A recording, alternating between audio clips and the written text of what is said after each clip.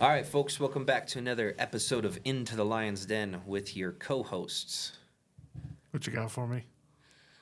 Captain trying not to let his emotions take the best of him as he's having this discussion. Very long-winded. That one's terrible. JD's having a bad morning, so I think we all need to give him a virtual hug. Everybody put in the comments down below how much you love his face, his haircut, his personality. We would really appreciate it. I'm sure it'll help out because he's fighting Apple products tooth and nail, trying to help out with some onboarding things. And, well, let's hope that he can set that aside, waffle it a little bit, compartmentalize, and move into this conversation because they're completely different. So they sure are. And Captain, I'm not gonna... I love this man. So that's a good one. And Christian Griffith brought to you proudly by Pride Roofing and Construction and Level Creative Studios. No. I cut you off. What were you going to say? I'm just saying, I'm not even going to dive into that whole mess. Our entire organization was intended to be built off of Apple operating systems. Mr. JD hates all Apple products, and he happens to be our systems administrator and resident IT guy. So, there's a little bit of a fight there. It's pretty exciting.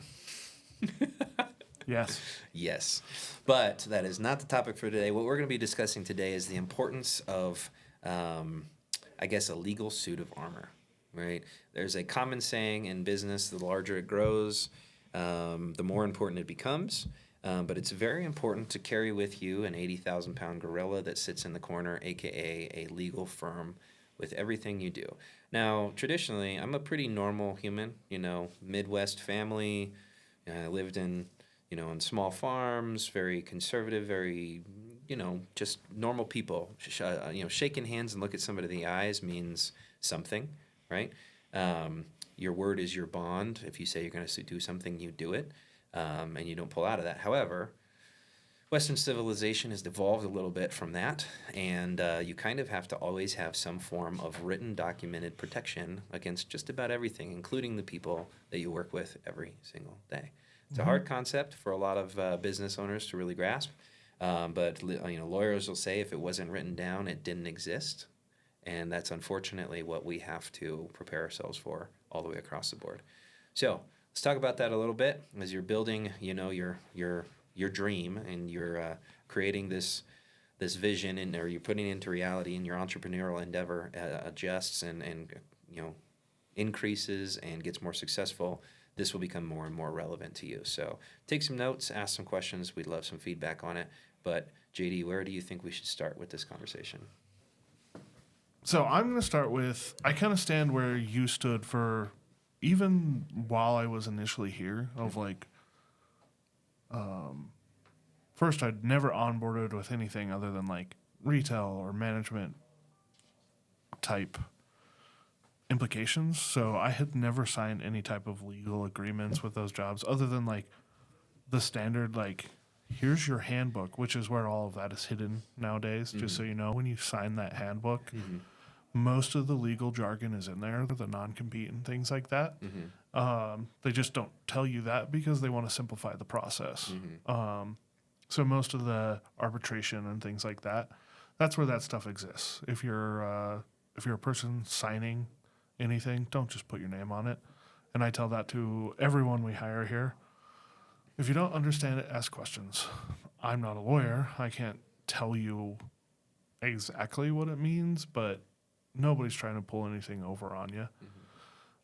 There's just a large set of things we have to do to protect ourselves. And I stood very firmly in the camp of this is dumb. And overkill. And there are still times where I'm putting together an offer letter for someone we're bringing on. And it's why? Why do we have all of these things? And then I remember I helped create most of them or not most of them, but a bunch of them of I have complicated this process more because I wanted to provide more transparency or I wanted to put any of that type of stuff out of that. We didn't have good intellectual property rules. So we had an intellectual property thing drawn up because it's incredibly important. Everything that you create So I spend a lot of time creating our forms, our documents, our, a lot of the stuff that we use internally. And all of that stuff, none of it's rocket science as far as that goes, but it's very easily recreatable, is what I'm saying. But I took the time to create it the way that works for us. I don't want somebody else to be able to just walk out and take everything that I've created for us, and they have our roadmap of walk out and do these things. And so that's part of what you bring on. And I mean, you said it. We've in the course of being open, we've created five competitors, and even those that we didn't create competitors, we know that documents have been in other companies' hands. You're not going to stop 100% of it. Yep. It's unrealistic to believe that unless you have such tight hold on everything that nobody can do anything. But it's to stop the bad actors. So like somebody takes something that we created and very obviously recreates what we created of like, well, we didn't have to pay for a lawyer and we got all the terms and conditions. And it's like, you can see that it's our terms and conditions because of the order and things like that or whatever it is. So I've grown to realize how important this is. I can't tell you the number of times of like, if, something's happened and the word lawyer gets thrown at you and you have to tell the person that's dealing with that, like, you're done. You do not communicate any longer.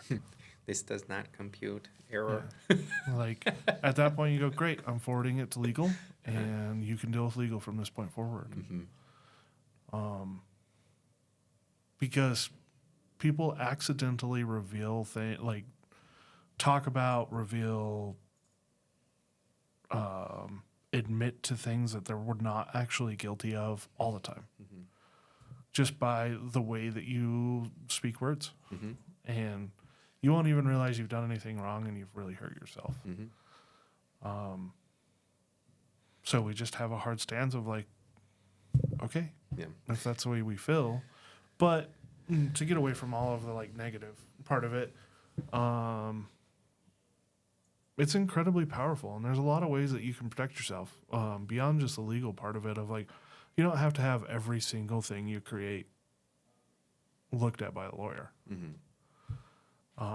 Your contract, you should absolutely have looked at by a lawyer Regularly. We're in the middle of that. Because that's ultimately what it's going to boil down to. What does the contract say? Right. I know that you wanted to spin out of the negative light that you're casting, but I want to put a little bit of emphasis. So for those of you guys that are viewers that really want to understand financial implications of these types of things, if you want to, work with wisdom rather than knowledge. So traditionally, the way I would categorize those things is knowledge is acquired through trial and error. Hence why we have all these forms. We trialed them, we erred within them, and we created new ways and overcame, right? Wisdom is learning from somebody else's trial and error and applying the thought processes and whatever it is into your script so that you can just completely avoid all of those hurdles that they had to get over, right? So the wisdom that I would give to you are like, take some of this wisdom that we're sharing in this episode and apply it because they have very real financial implications. How many forms would you say we've created with the organization? That just there's hundreds of them, probably 200 different forms that are utilized for different things. But of those forms, maybe 40 or so, maybe 50 of them are really financial implication forms. Like again, they have a true. If this happens, then this will happen type of thing. It's more legally scripted and utilized for something. Right? Yeah. Like you said, we've created. I mean, you create forms for everything. Yeah. As far as the KPI metrics are on a form. Right. So if we call it implication ones, probably between 20. I'd say closer to 40. Okay, so 40. Every one of those 40 forms, and that's all I was trying to get with. Sorry, that was kind of a tailspin of trying to get that information out of you, but let's call it 40, right? Every one of those forms we did not have in place, and we had to put in place because of one of those hurdles. Those hurdles cost money. Every single time we were on the negative end of the money cost, and I would say that they summarized to something around $15,000 a piece, right? That was the negative impact, right? The average, some of them larger, some of them smaller. But if you take $15,000 times 40, what's that? Anybody good math whiz sitting in this room? Producer Lachlan, hit us with a number. One more time. What was it? 15,000 times 40. 600,000. $600,000, right? And that's just us. We're a small organization, right? We're an eight-figure contractor regularly, right? It's a big company in some terms, very small in other terms, right? But $600,000 is not easy to come up with. The $600,000 of lost profits, right? That could have been re-energizing all the way across the organization. It could have been for paid to people for to fight inflation, right? All of the cost changes for just living in general, right? We could have supported even better, or we could have bought more trucks. We could have expanded our market through unique marketing efforts and costs. We could have brought in more skilled people. We could have done all kinds of things. $600,000 is a lot of money, right? That's more than a house. And that's what we spent in learning lessons. Not in Colorado, but Depends on where you are, right? But traditional home, single family home. yeah, It's more than the cost of a house, and we've paid that in penalties for not knowing before we got into it, right? So or intentionally doing it wrong to go back to what we were talking about of like not working with people that are going to be a problem. Yeah, right. So long story short, the $600,000 worth of learning lessons, like it could be more, it could be less, but I just wanted to put some actual value to the conversation. So if somebody's actually truly taking the information that we're giving and applying it, you can avoid $600,000 worth of lessons by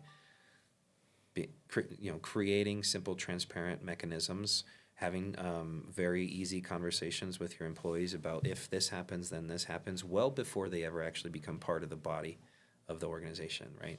During onboarding, there is a whole lot of things that you need to do to make sure that we are on the same page as we move together in this new endeavor, right? My obligation is to pay you for X amount of metrics. This is what your requirement is in your operational agreement. Your requirement is to meet those metrics. But in the midst of all of that, there's a lot of errors that can be made. There's a lot of things you need to avoid, and we need to have that discussion up front. Because later on down the road, these things pop up. Well, let's just say there's not it's not a positive thing to happen inside of an organization. It's not, and this is in every realm of like, if we just use what we're talking about of like new hires, I have a list of approved questions that I ask the managers to do during interviews, and you can riff off of that a little bit, but there is a set of questions and like a set of do not do's because of EEO and things like that of, that's where this legal armor has come in, and part of why I sit in the position I'm in is to know these things of like, hey, I really need you to follow this to a degree. You can't do things like ask people their age. There's reasons for that. The equal opportunity things of, and I'm real big about those things of like, sometimes the candidate isn't the right fit, but you have to have a legal reason they're not the right fit. It can't be that like, whatever it is, people make silly mistakes all the time in hiring. There's a reason that we do it the way we do it, why we have checklists and things like that, because it's silly things that you may not know. And that's why having someone in your corner, using platforms to help reinforce your knowledge,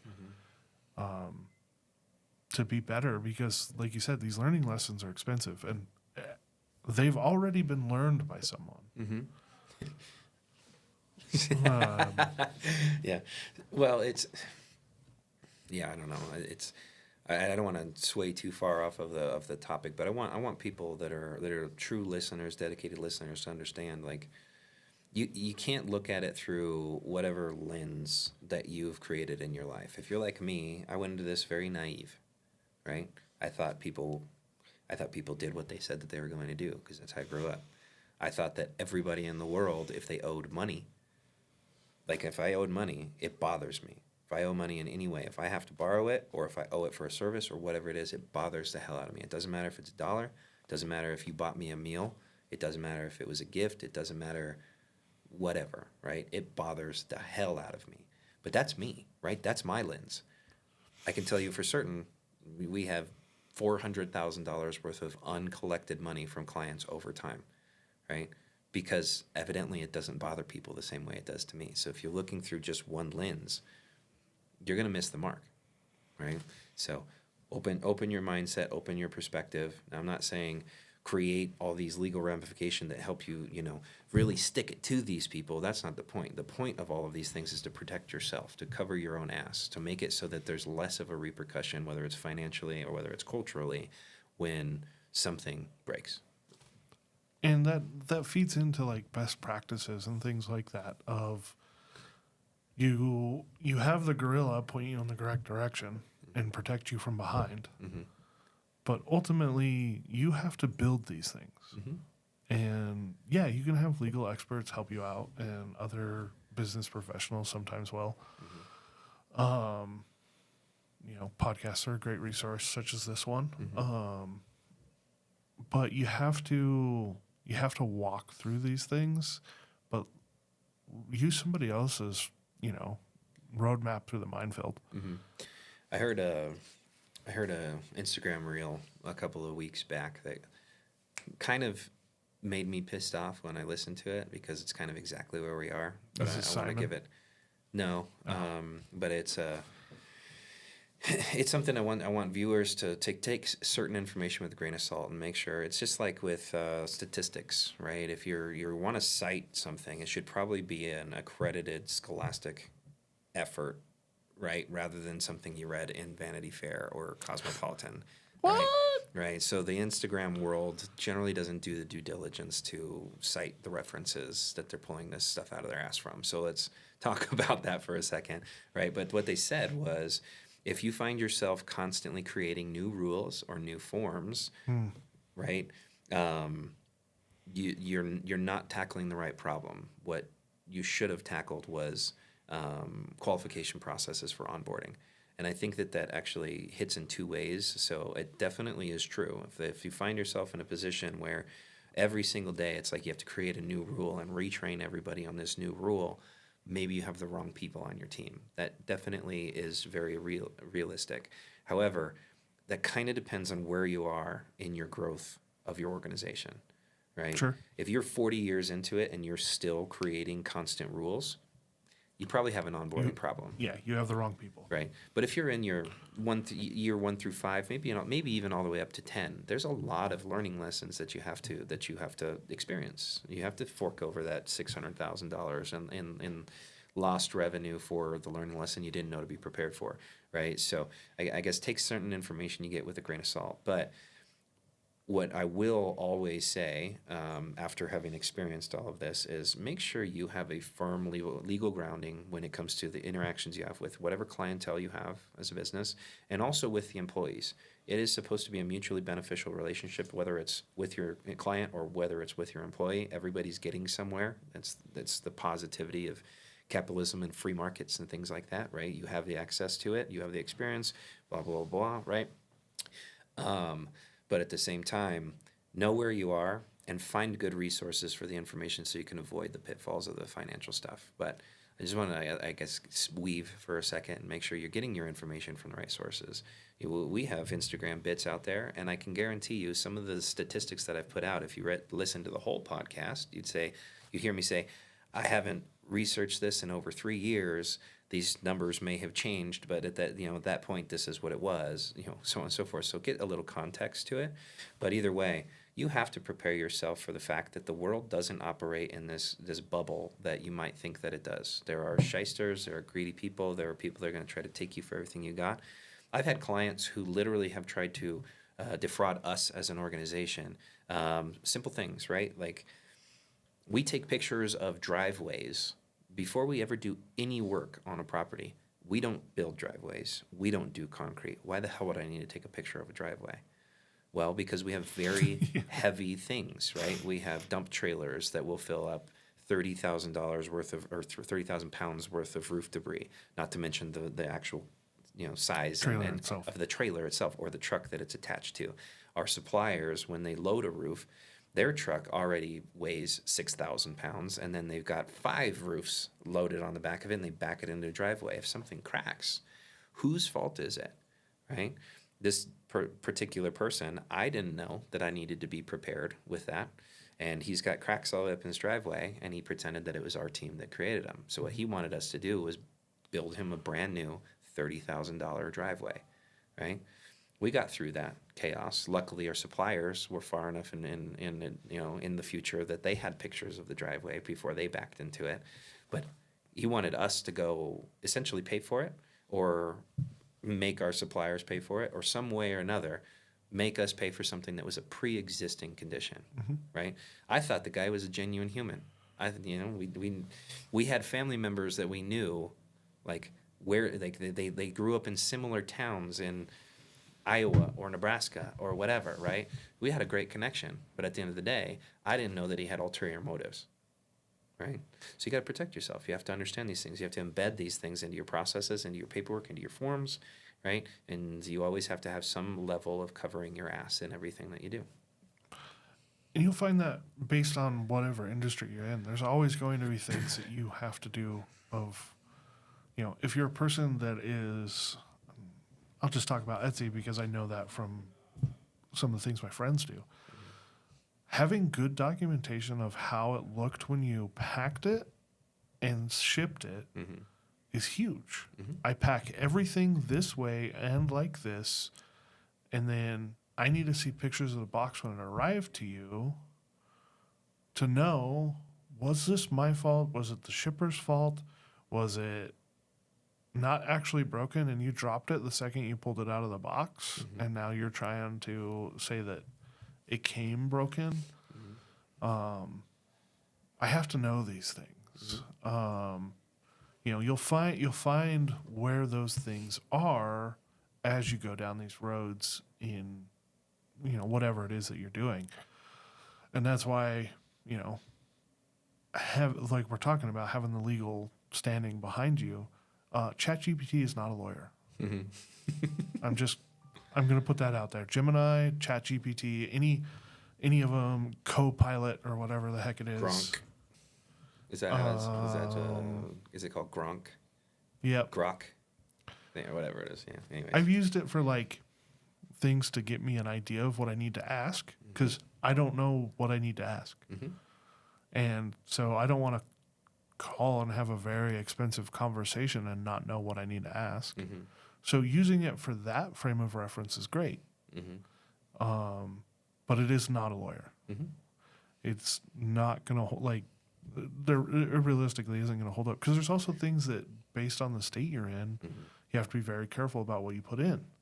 So make sure you do it right. Yep. Is the big thing. And you're going to, talk to other people in industry, like the industry similar to yours. Most of the time, I wouldn't say that we're afraid to have conversations with other people. Like if we were at an event and an employee from another company came and talked to me, I'm not going to reveal anything as far as that goes, but hey, I'm facing this. How have you guys navigated that? If it's innocuous enough, we'll have conversations about it. This isn't, nothing is so secret that you can't have conversations. Again, you have to weigh that based on your industry of what you're allowed to talk about, because there's things that you don't talk about. Right. But ask questions of people. Find, someone who works in the industry you're in, of to find these resources. Hey, who do you work with as far as for the backup of, I'm bringing on 4 new employees and I've never brought on any employees before. What do I need to do? Right. There's lots of people that are willing to help. Yep. Yeah, and understand your market too, right? Colorado, Colorado and Wyoming are similar in some ways, but different in other ways. Colorado's Wildly. it's an at-will state. Let's talk about that piece of it, right? Colorado's an at-will state, and I'm using air quotes on purpose because we have had this struggle multiple times, right? Which means you can hire and fire at will, meaning there needs to be no basis behind why the firing happened. You don't have to give explanation. You don't have to, plead your case or anything like that. If this person's not working out and you don't care to explain why, you could technically fire them. But there are also a lot of No, you can't. labor and compliance laws and other types of things that are going to allow these people to potentially have some form of retribution in that circumstance. So documenting everything, right? Anybody that's in construction, probably most people think OSHA is the big bad thing they have to avoid, right? But OSHA can give you a very good guideline of what you should do in all circumstances related to covering your ass, right? And also how to proceed forward and avoid future protection issues, right? Document every incident, right? Whether it's big or small, document every incident.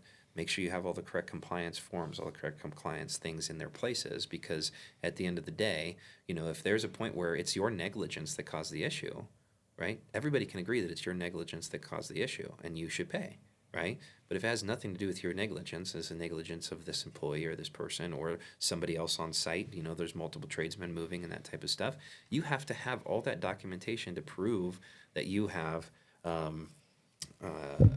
the heck's the legal term? But essentially, it's not your problem at that point, right? You can produce these things and say, look, we were all compliant, everything looked good, here's our documentation of all of it, you guys go fight it out. And that has no financial implication. So that's OSHA, right? But same thing needs to happen with every incident within an organization, right? Even cultural incidents, right? Somebody gets a little spicy at a company event and they decide that they're going to drink too much. What happens in those circumstances? Is there firing that results from that? Is that retaliatory or is it not? Right? They could probably plead that case, but at the end of the day, they should probably look in a mirror and realize I probably shouldn't get fucked up while I'm at an event with the rest of my peers. Stuff like that, right? So Sometimes it's and a lot of that stuff can be solved just by the way that you handle those events and things like that. Sometimes it's just HR pulling a manager aside and being like, yo, you have to have a very straight conversation with this person. Mm-hmm. And if you're HR, sit the person down and have the conversation right now. Mm-hmm. Don't wait till next week. Mm-hmm. It has zero effectiveness at that point. Mm-hmm. Its efficacy is gone. Mm-hmm. There's and that not just is for the events, but we've seen this in other instances. Everything. You get some form of an HR complaint, call it sexual harassment, right? That is a very big old can of worms, right? If you don't address those things instantaneously and you don't do the things that are part of your due diligence as an organization through HR personnel, suspensions that need to happen, and you don't have documented evidence that you were proactive and you didn't do everything that you need to protect the person that was making the complaint, you ultimately were going to become responsible for everything that happens. You're complicit in it. You're complicit, right? This is completely unique. It may even happen outside of work, but it happens to be two work individuals, whatever, right? This isn't something that we dealt with, but it's something that we want to make sure that we avoid, right? So don't make yourself complicit. Right? Don't be proactive in every step that you can be. So if you're thinking to yourself as we're having this discussion, man, I don't have that legal suit of armor. There's a lot of vulnerabilities, right? Reach out and ask us questions. I'd love to. That's the ultimate purpose of this podcast is to get like-minded individuals, whether it's entrepreneurial endeavors or leadership or whatever, to just become a leveled up version of themselves. You listen to this information, reach out to us, or reach out to, do a little bit of due diligence, do some research online, and go to a specialist, right?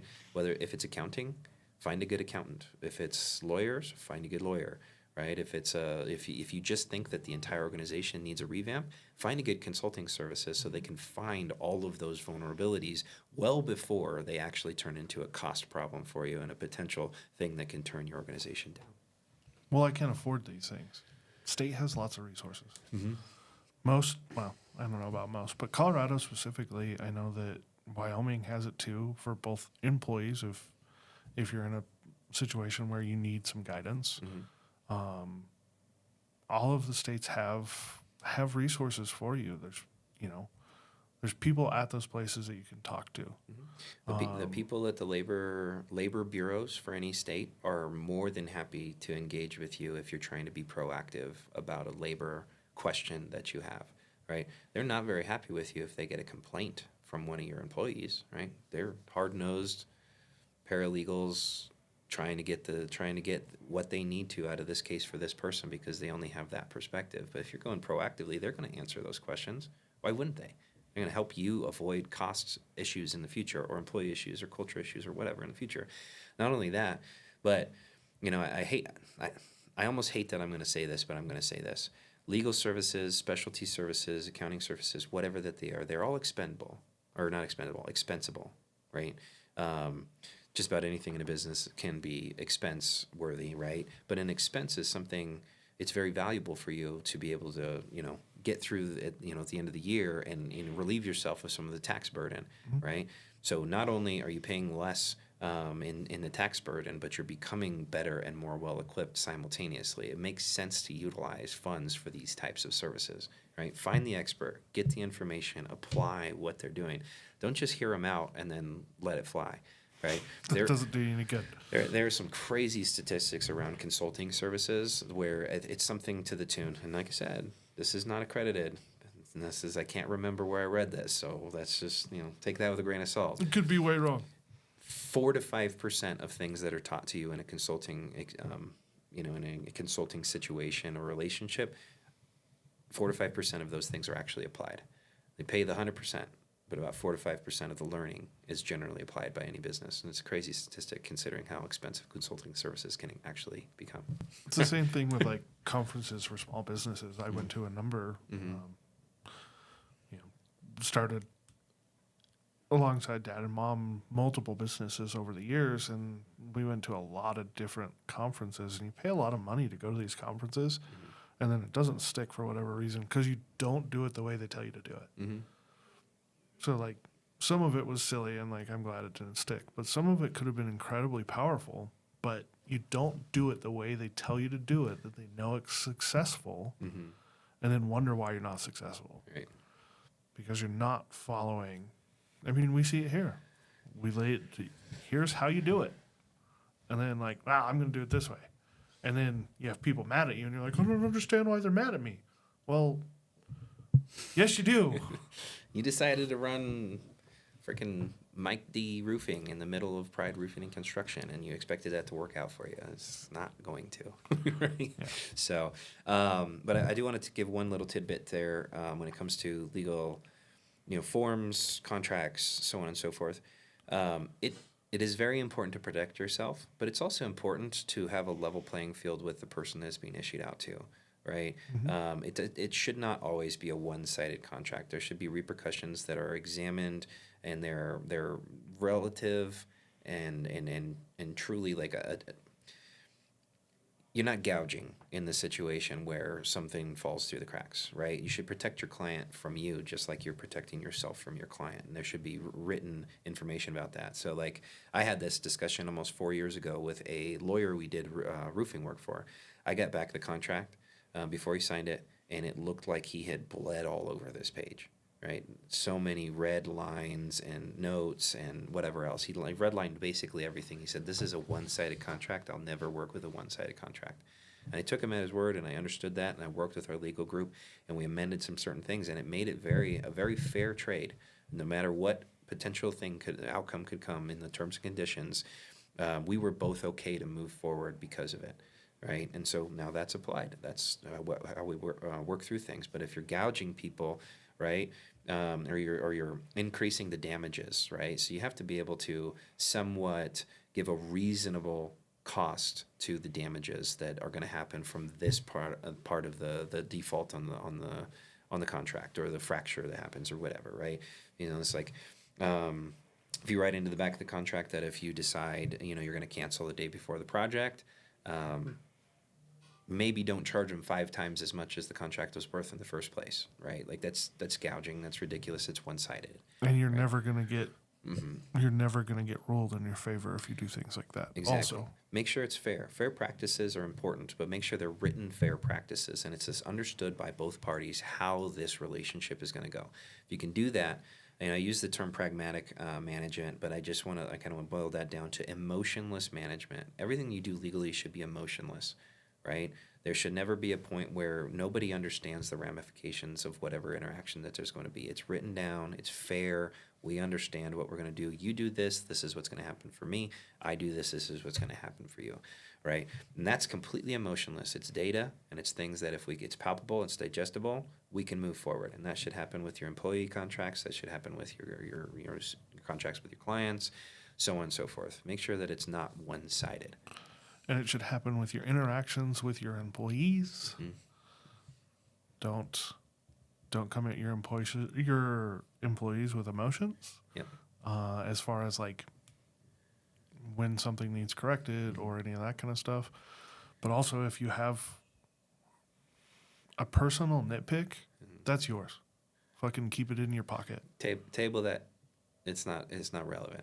It's right? never relevant from anyone in the organization, period. Yeah. Well, you think about it. It's like, okay, so you're sitting in a room. Let's say our organization's about 30 employees. I just call it 30 employees. These are 30 people from different walks of life. They grew up with different parents, different religious outlooks, different experiences, in different house, different town, different everything, right? If you expect that everybody of all 30 of those are all just going to be some kind of fucking drone and everybody works the exact same way, you're crazy. You're crazy. It's never going to happen. You could boil that down to 5 and it's still not going to be the case. And not everyone's going to interact the same way. Mm-hmm. There's all the different personality types. There's all the different things that have happened in their life. Of like, there's going to be the person that's like, hey, I just want you to tell me what to do and go away. Mm-hmm. Cool. All right. Then there's going to be the person that wants walked through it. Yeah, or involved with everything, or not involved, or completely involved. And right, you have the tailor fit management, which was another topic that we talked about a long time ago, right? But the same thing, you have to apply the same theories. Everything has to be completely emotionless when it comes to legal writing, contracts, forms and documents that are for compliance and standards and things like that. And we have done an undertaking this year where we have literally written out a metric management system for every single employee position inside the organization. It's a metric management system that's signed off and it's understood. These are what my expectations are for every category or every facet of what I do on a day-to-day basis. They are reasonable. It's not us asking for too much. It's also us not asking for too little. It's things that are all within their wheelhouse. They have these skills. They have these experiences, right? We look at all of those things, and then we gave an action plan on what happens when any of those things fall out of line, right? Me as a manager, I can walk up to you and say, you've missed point number 3, 7, and 9 on your metric management system. So here is a written warning. If we don't have these things corrected in the X period of time, then this will turn into an actual write-up. And if we see that continue for X amount of time, this will result in termination. There is no emotion behind that. You failed. You knew you failed because we already talked about this, and I did what I said I was going to do at the bottom of the sheet with repercussion. That's emotionless management, right? Take the emotions, check them at the door, right? We gave you a bunch of information at the beginning where we got a little heated. It's emotional. I don't like talking about the fact that we don't have $600,000 sitting in the bank because we didn't understand these legal things when we first started, right? That's emotional. I can have a dialogue about that, but when you're actually acting, there needs to be no personality. There needs to be no emotion. It all has to be based on exactly the writing and the relationship that you guys authorized, executed on the spot. We know what we're supposed to do, and we didn't do it. Therefore, this is what we're going to do. But we're not telling our guys to be robots. Right. We're not telling our managers to be robots. And I think that sometimes those two things get crossed over. This is how you need to grade them. This is what we're giving you. This is how you're graded. This is how your manager is going to grade you, and your manager will be graded off of how well he follows this. So that he everyone under him is held to the same standard. There's none of this, oh, well, I know how much better he needs more flexibility because no, these are the rules. Because everyone has favorites. Hate to break it to you. Manager, it's a thing that happens all the time. Managers will be less hard on a person who maybe helps them out a bunch. A bunch. Some to a bunch, or whatever it is. There's different ways that you become the pet. I hate to say it that way, but That's a bad connotation, but the favorite, whatever it is. yeah. The crony, the lackey, the pet, Yeah. whatever. Of they're not good connotations, but it is good to be in that position because you're probably the shoe-in for the next position that opens up that's above where you're at. correct. But we've seen sometimes when this happens, as HR, they come to me like, this is the person I want to promote. And I can give them a list of reasons why I would never fucking promote them in 100 years. And they just go, wait, what? And I was just like, you haven't held them to any fucking standard for 6 months because they're helping you out. Right. And so they've backslid. And I'm never going to promote. I'm never going to give my okay to promote. I'm just one person that is part of this. So it's not ultimately my decision. But if it was, there's no way in 100 years I'd promote that person. Yeah. Until they get, sometimes it's attitude, sometimes, whatever it is that they've backslid on, of sometimes that person when you do that, becomes they just feel like they can talk however the hell they want to whoever they want. Nah.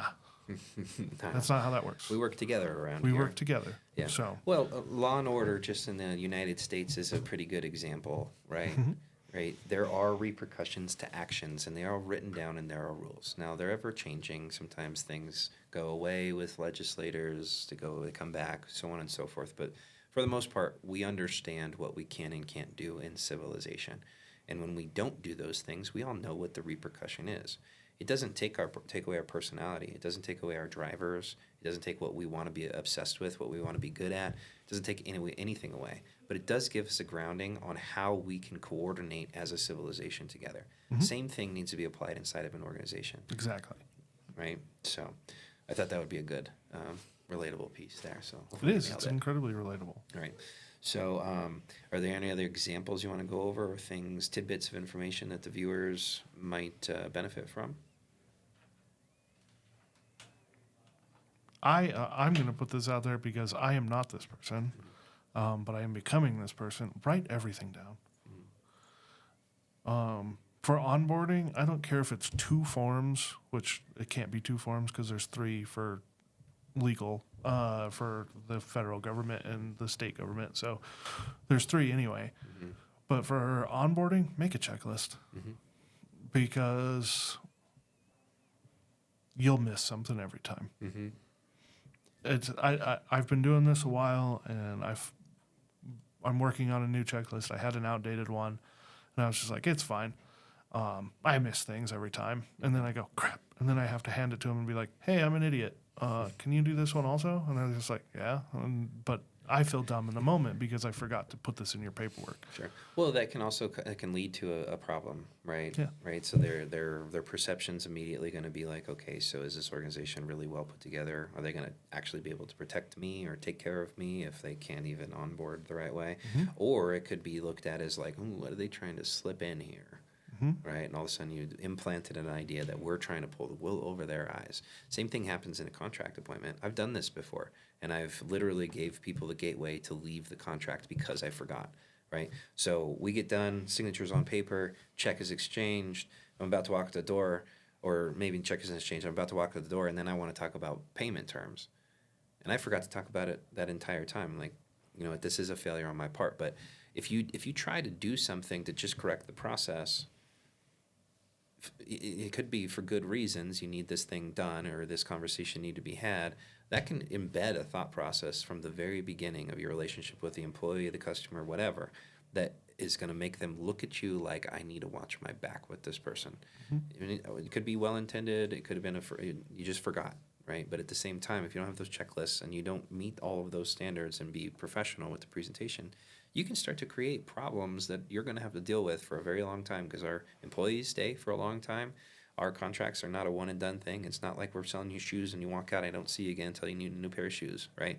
Major construction can last 180 days if it's, a certain type of project, right? It's a long relationship. We should probably not embed problems at the very beginning. Right at the start.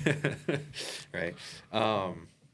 There was something else that I was going to throw in there, but I forgot all about it. So Yeah, I think that for those of us that struggle with writing things down, I think that that's just a general life thing. I remember. Write stuff down. I remember.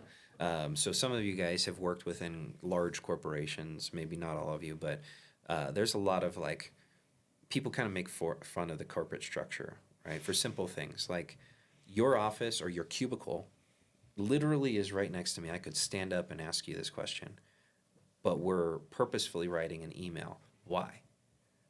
Right? The reason for the email is to give a system of accountability, right? It's gone. What's The that? second after you sit down. Right. If you stand up and talk to me, Yeah. and I'm in the middle of something, I'm still focused on this. Right. I might have committed to do X, Y, and Z for you, but then my chaos of my requirements kicked in well before I started, and I forget all about it. Creates a problem, right? But if you write things down via email, that gives you time-stamped evidence of when the commitment was made and when the timeline was supposed to be captured, right? Those are very important things. Do a lot of this stuff if it has to do with legal grounding or operational agreements or some kind of a commitment. Make sure that it's done in the form of a written message. That's probably the last thing that I wanted to say towards all this stuff. Make sure it's written down. Create the system of accountability. Teach people how you want to work with them and them to work with you.